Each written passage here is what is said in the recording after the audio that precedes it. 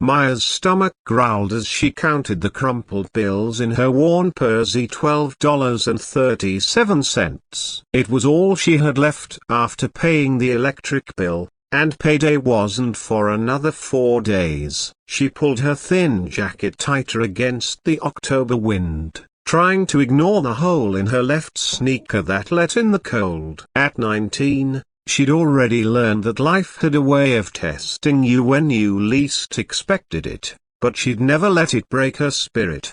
The afternoon sun cast long shadows across Maple Street as Maya hurried toward the grocery store, mentally calculating how far those $12 could stretch. Rice, eggs, maybe a loaf of bread if it was on sale. She'd make it work somehow. She always did. Her mother had taught her that much before the cancer took her 2 years ago, leaving Maya to fend for herself in a world that seemed designed to favor those who already had everything. That's when she saw him. An elderly man stood at the busy intersection of Maple and 3rd, his weathered hands gripping a simple wooden cane. His clothes were old but cleaner, a faded flannel shirt and work pants that had seen better decades. What struck Maya wasn't his appearance, but the way he stood frozen at the crosswalk, his milky blue eyes darting nervously as cars rushed past in both directions. The light had already changed twice, and he hadn't moved. Maya forgot about her empty stomach and her dwindling funds. Without hesitation, she approached the man with a gentle smile. "Excuse me, sir," she said softly, not wanting to startle him. "Would you like some help crossing?" The old man turned toward her, voice, his face creasing into lines that spoke of 8 decades of hard living.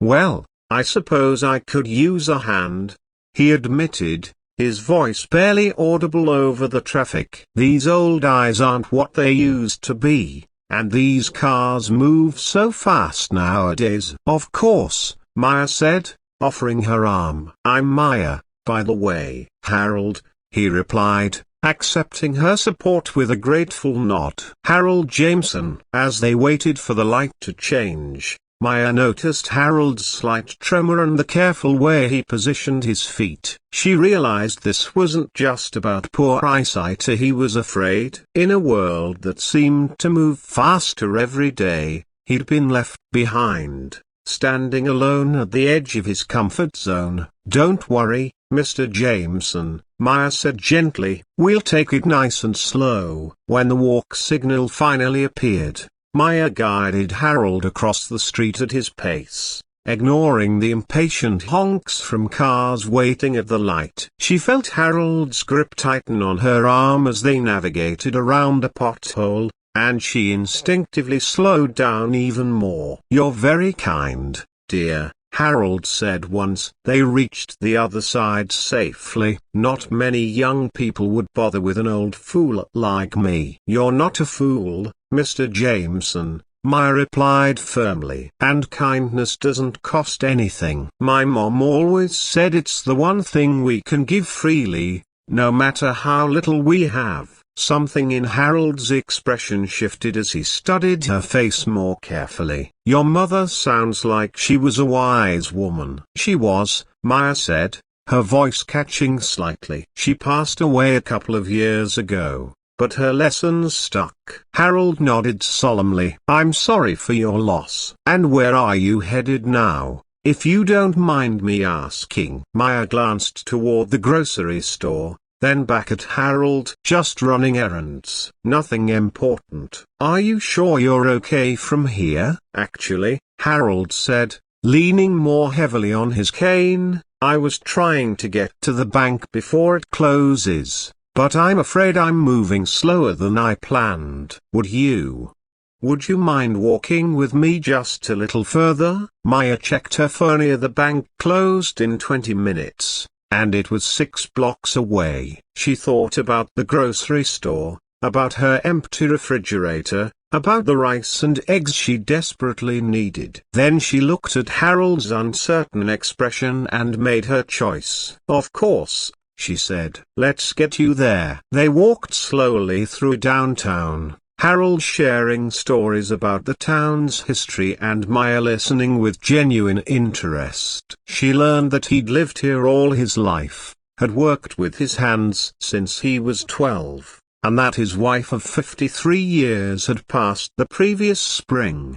She always handled the banking, Harold confided as they approached the imposing brick building. I feel lost trying to figure out all these newfangled machines and procedures. Inside the bank, Maya helped Harold navigate the forms and waited patiently while he conducted his business. She noticed the teller's surprised expression when Harold handed over his account information, but didn't think much of it. When they finally emerged, the sun was setting, and the grocery store had closed. "I can't thank you enough," Harold said as they stood outside the bank. "You've given an old man a gift today, not just help, but dignity. That's rarer than you might think." Maya smiled, pushing aside her disappointment about missing the store. "It was my pleasure, Mr. Jameson. We all need help sometimes." Harold studied her face one more time, as if memorizing it. "What did you say your last name was,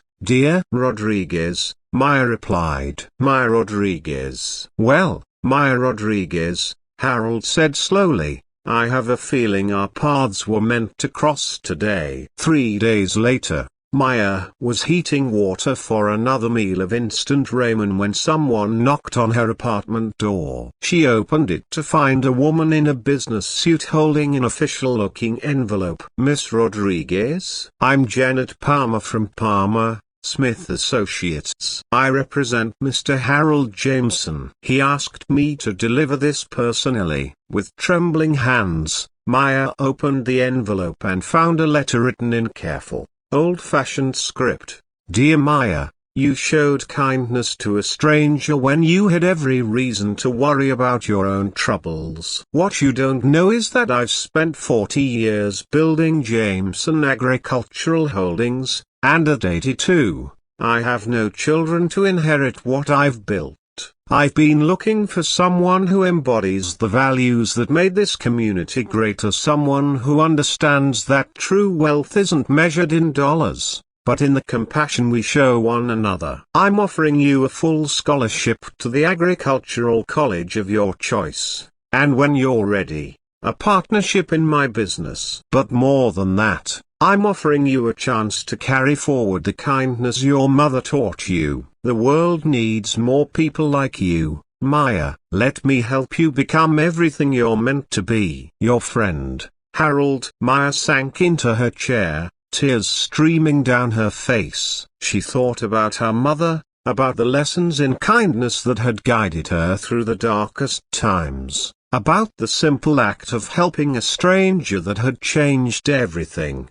Outside her window, the sun was setting over Maple Street, painting the sky in shades of gold and promise. For the first time in years, Maya wasn't counting dollars or calculating how to make it to tomorrow. She was thinking about the future, not just her own, but the community she could help build, the kindness she could pass forward, and the truth her mother had always known, that the richest people aren't those with the most money, but those who understand that our humanity is measured by how we treat each other when no one is watching.